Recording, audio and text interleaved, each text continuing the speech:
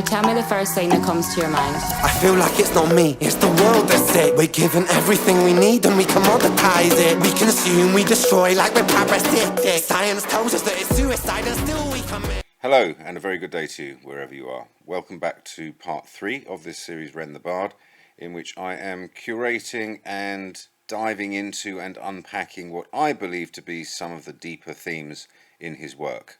This week we land on Sick Boy, and I've heard Ren speak of how important this particular song is to him personally.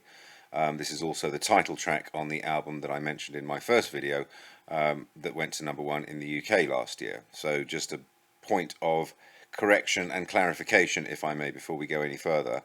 And thank you to Brian for pointing this out to me. But it was not last year, it was 2023 he had the #1, and it wasn't for the year, it was for the week following its release. He did not outsell Taylor Swift that year in the UK. But the way I've said it might have made you think that he did, and so I apologise if the way I said it was misleading. I did not intend to mislead, but I think I may have done. He did, however, outsell her for that week, and that's not nothing. Now, ostensibly, Sick Boy is him relating some of his experiences while undergoing treatment for a mystery illness. We think now it was Lyme's disease, but he was in fact treated for a whole bunch of other ailments, misdiagnosed time after time, and this included him undergoing psychiatric care, the idea being that his symptoms were psychosomatic, that it was his mind making him sick, and so he also endured courses of antipsychotics and antidepressants, all of which ended up making him worse. And although he has subsequently received treatment for Lyme's disease, all of these other mistreatments have wreaked havoc on his immune system, and he is still suffering from various autoimmune conditions, for which he is still receiving treatment. But as the Bard, in the same way that Shakespeare's plays were not about the life of Henry V or the goings-on of a bunch of merchants in Venice or whatever, they were about much deeper themes of love and loss and betrayal and loyalty and these kinds of things. And I believe Ren's work to be the same, and so this song, although ostensibly about some of the failings of the healthcare system, I believe it also points to some much deeper ailments in the culture. Now, whether Ren is consciously doing this or not, I suspect he is, but I believe that this song that speaks of his illness and his mistreatment is actually a metaphor for some very deep malaises that exist in our culture, and it is those that I'm going to be exploring in this video.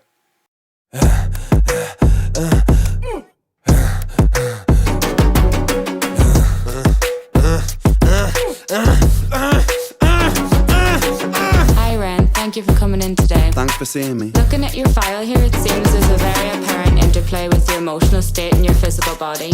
Have you ever heard of the trauma response? I don't think so. Basically, our bodies can get stuck in a negative feedback loop. Our subconscious can repeat patterns from the past, which can have a pretty drastic downstream effect on our biology. Essentially, your mind is making you sick.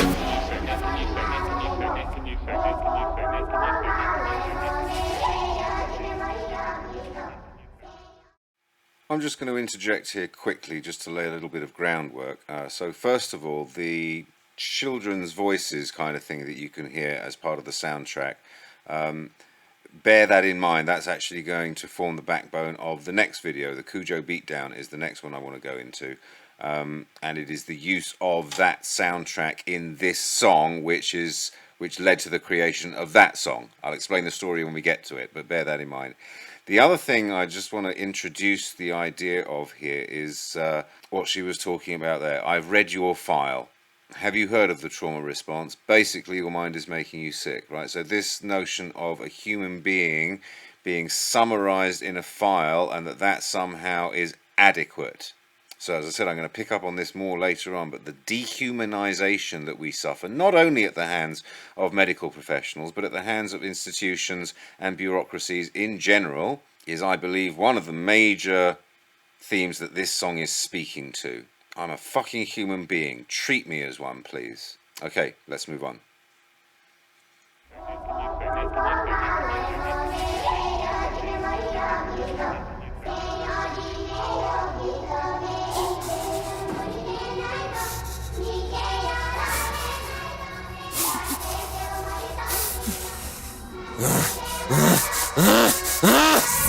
Sick boy, bitten by a tick boy, looking for that fix boy, anabolic steroids, stem cell, poster boy, pass out, white noise, quick fix, snake oil, I'm about to break boy. Oh, what a shame, he's in pain, have another go, take another pill, here, take a couple more. Let's see how you're doing in another week or so. You'll be feeling worse when the side effects will show. Derealization, medical patient losing patience with the process, walking hand in hand with Satan. Complications with the medication, inflammation, dehydration, inhalation, aggravation, building up a toleration. Drown, soccer, drown, soccer, drown, soccer, drown. I've been feeling like I'm drowning with my feet upon the ground. I've been screaming, I've been shouting, but I never make a sound. I've been looking for a way out, but I always seem to drown. Is this all making sense, Ren? Yeah, I think so. Good. So there are two things that I would like to talk about in this section. The first one is from that line, oh, he's in pain, have a pill, have a couple more. Oh, he'll be feeling it when the side effects will show. And so, like I said, two things. The first one is, oh, he's in pain, have a pill, make the pain go away. In my opinion, this kind of attitude is a real problem because pain is there for a reason. It's pointing us to something which is wrong or something which needs tending to. Not just pain, but symptoms in general. Pain is the most obvious one. This connects back to what I was saying towards the end of the video on high Ren, this notion that we seem to want happiness without sadness. We seem to want fullness without emptiness in our lives. And pain is another example of this, right? We don't want pain. We don't like it. We feel that we oughtn't to experience it. And so therefore we do what we can to take it away. And whatever it might be pointing us towards, something that needs tending to, once the pain's gone away, the impetus to tend to that thing goes away with it.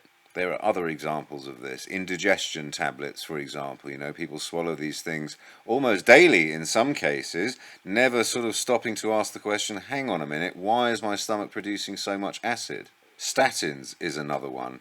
I believe that it is true to say that statins are the most prescribed medicine in the world. They are a blood pressure regulation drug. They lower people's blood pressure, and so someone goes to the doctor, they have their blood pressure taken, the doctor tells them, oh, your blood pressure is too high, whatever that means, right? Like there's some objective range which you are supposed to be inside, and if you're not, then that's a problem, and so here, take these pills, that will fix it. Well, is it going to fix it? It may mask the symptom, but is it actually dealing with whatever is causing this person to have blood pressure above whatever level is supposed to be? So what I'm talking about here is this idea of taking pills to mask symptoms. And I don't have the numbers on this, but I reckon at least 80% of doctor-patient interactions end with the doctor prescribing some kind of medication to the patient by way of treatment.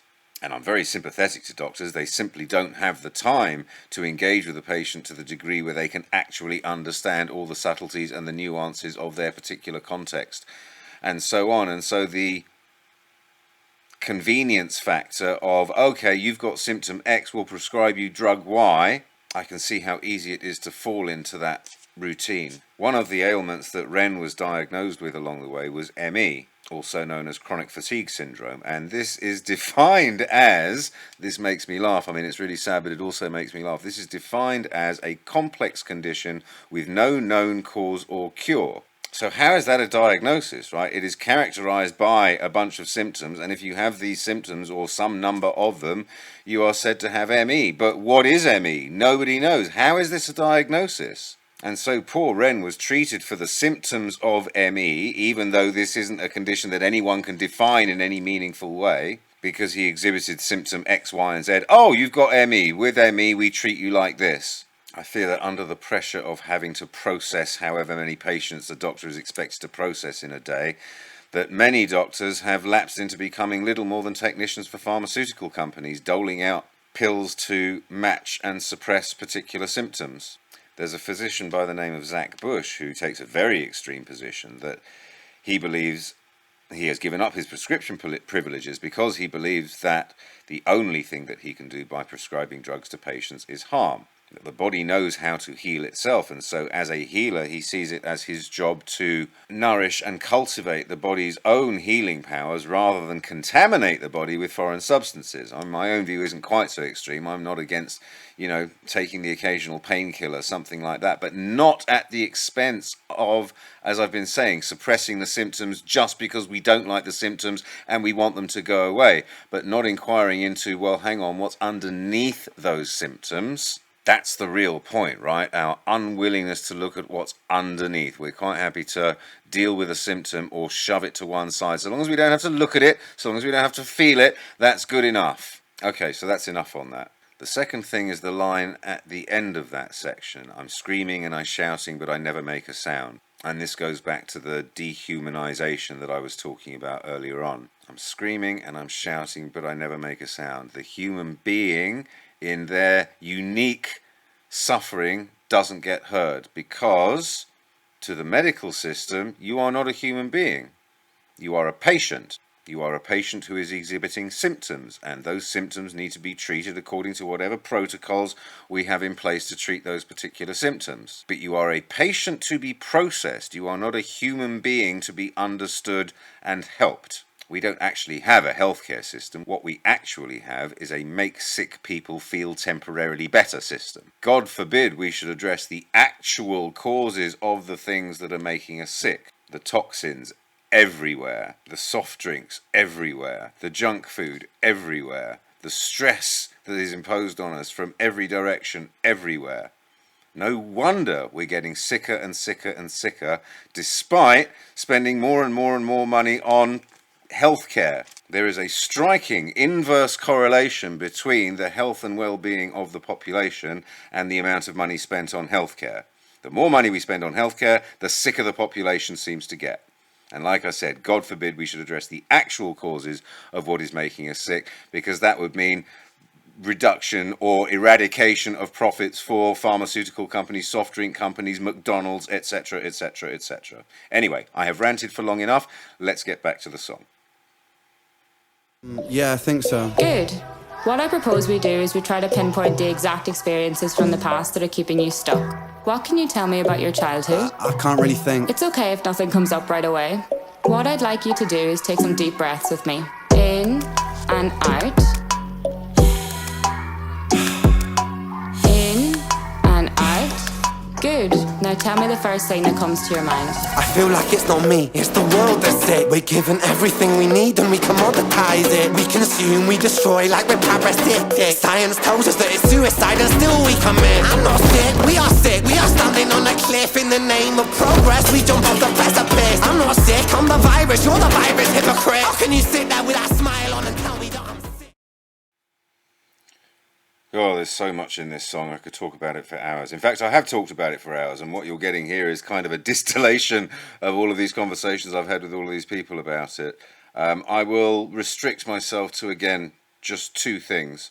So the first one, right at the end there, who the fuck are you to tell me I'm sick? You are a front man for the very thing that's making me sick, right? It is this giant corporate behemoth of healthcare providers and insurance companies and fast food outlets and chemical companies and packaging companies and supermarkets, etc., etc., etc., that is making me sick. How dare you, as a representative of that, tell me I'm sick? You're the one who's sick because you're making us all fucking sick.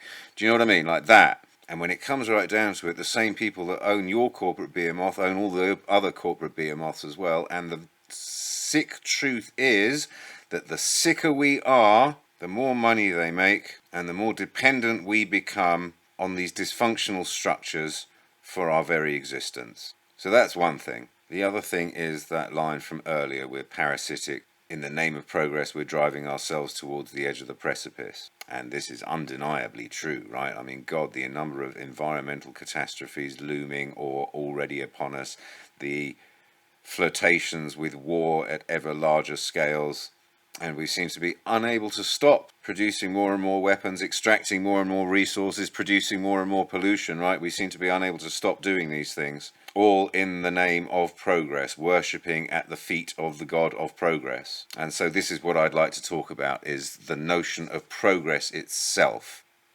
What do we actually mean when we use this word? I think any reasonable person would agree that there is no such thing as an absolute good or an absolute evil in this world. Everything is some kind of a mixed bag. Everything is some kind of a trade-off. And so as progress and technology have offered us more comfort and more convenience and more speed and more efficiency, and that's all great. I'm not denying that these are positive things. However, what we fail to ask is, what have we lost? What have we traded? What have we given away in order to get these things? There's a good example of what I'm talking about that I could share with you here. the Amish communities in the United States. They're a very close-knit community because they don't use very much in the way of modern technology. They do a lot by hand, and they, because a lot of it is manual labor, they're working together, they talk, they're with each other all the time, they have very tight relationships with each other. Some years ago there was a lot of debate as to whether washing machines should be allowed into the communities, and after much back and forth and public debate and so on, it was finally agreed that yes, we will allow washing machines in, but only into the communal wash houses. Individual families don't have washing machines in their own homes, and so people still get together to do their washing and still have an opportunity to exchange gossip and whatever, but at the same time they are benefiting from the time saving and convenience and freeing up to do other things that the washing machines offer. And so they found a way to integrate and incorporate into their world the convenience of a technology without losing the things that they truly, truly value. And so in the name of progress, we're pushing ourselves off a precipice. This is happening in large part, in my opinion, because we don't ask ourselves often enough, hang on, what do we really care about here? Is this additional convenience and comfort worth the things that we're going to lose, the things that we're going to have to sacrifice in order to gain these comforts and conveniences? Is there some way of adopting this technology that allows us to keep these things we value? Do we value these things enough to deny ourselves the use of this technology if we feel the technology is going to interfere with it? Now, I'm not advocating for the rights and wrongs of any particular technology. I'm really not. What I'm advocating for here is that we ask ourselves the questions. We honestly look at what is the trade-off here, and are we happy with that trade-off? Okay, let's get back to the song. Boy, sick boy, looking for a fix, boy. Push it down in public, quick pose for the pic, boy. Record label meetings to commodify your gift, boy. Why you so upset? Don't you wanna be a rich boy? Fuck no, industry is cutthroat. I've been doing bits by myself, swimming backstroke, walking on a tightrope, rapping with a slit throat. The way that we persist is like the ending of a bad joke. As the people evolve, we're complacent to assailants and we do what we're told. Counterintelligence, a sight to behold. Rape the earth of all resources and we bleed it for gold. And we bleed it for wealth, we bleed it for fame. But when you bleed it, can you tell me what the fuck will remain? And I bleed in myself, I bleed in my brain. While I'm bleeding, I'm the reason, cause I'm doing the same.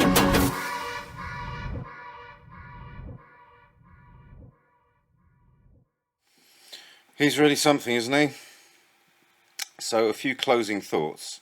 There's a line earlier on in that section. Don't you want to be a rich boy? Fuck no. Industry is cutthroat. Why is industry cutthroat? Dig deeper into this when we get to the Money Game trilogy. But why is industry cutthroat? Because it is driven by profit seeking and extraction and exploitation. It cannot be otherwise, because if you're not going to extract as efficiently as possible, well, somebody else will, and they'll outcompete you. And so it's all cutthroat. It has to be, because if it's not, the more cutthroat guy's going to win the game anyway. And so when he says, fuck no, I don't want to be a rich boy, he's like, no, I don't want to participate in all of that. But then the last line is, I'm the reason because I'm doing the same. And this is a really horrible truth to wake up to, is that however hard you try, it is all but impossible not to participate in this horrible dehumanizing monster that is taking over everything. And because it's such an ugly thing to look at, we're back to this thing of masking symptoms, right? Rather than inquiring into what is the actual problem. Oh shit, I don't like how this feels. How can I make this feeling go away? And so we direct our anger and our energy onto false targets, or ridiculously oversimplistic, reductive versions of the problem. Climate change is a really good example of this. I mean, we are assaulting the environment on innumerable fronts, but we've reduced it to, no, we must reduce carbon dioxide emissions. And I'm not taking a position on reducing carbon dioxide emissions, but I'm saying it's not the only thing that we need to do, right? There is so much damage that we are doing with deforestation, with polluting air and water supplies, with covering our food in chemicals. I mean, the list goes on and on and on. But if we put all the blame on carbon dioxide, then we can all drive our electric cars and do our recycling and all feel good that we're contributing. Whereas the actual truth is, every time we give a bottle of Coke to one of our kids, we are contributing to the health crisis. And I'm not trying to pass judgment on anyone or make anyone feel guilty. I'm just saying that is the actual truth. You can acknowledge it or not. That's your choice. At Coca-Cola, McDonald's, these are gigantic corporations. They're on the Dow 30 biggest companies in America. They make enormous profits and enormous returns to shareholders. They employ hundreds of thousands of people, I hear you say. What about all those people in the... Yeah, but they're making us sick. But the dividends they pay finance pension funds and help old people in their old age. Yes, true, but they're making us all sick. And so I'm going to close with one more line from that last section. The way we persist is like the ending of a bad joke. We keep doing the same things over and over and over again, getting sicker, unhappier, more divided, more fearful, less hopeful for the future. And this is just my opinion, until we are prepared to look honestly at the things which are ruining our culture is going to continue to deteriorate. Possibly to the point of termination and extinction. But hey, that's just my opinion, and who the fuck am I, right? Okay, that's all I'm going to say for this one. Thank you so very much for watching. As with the previous one, I'm going to play out with a much sort of more upbeat and joyful version of Ren, with him and his friends on the streets of Brighton, this time playing their cover version of I Shot the Sheriff. I hope you enjoy it, and thank you so much for watching.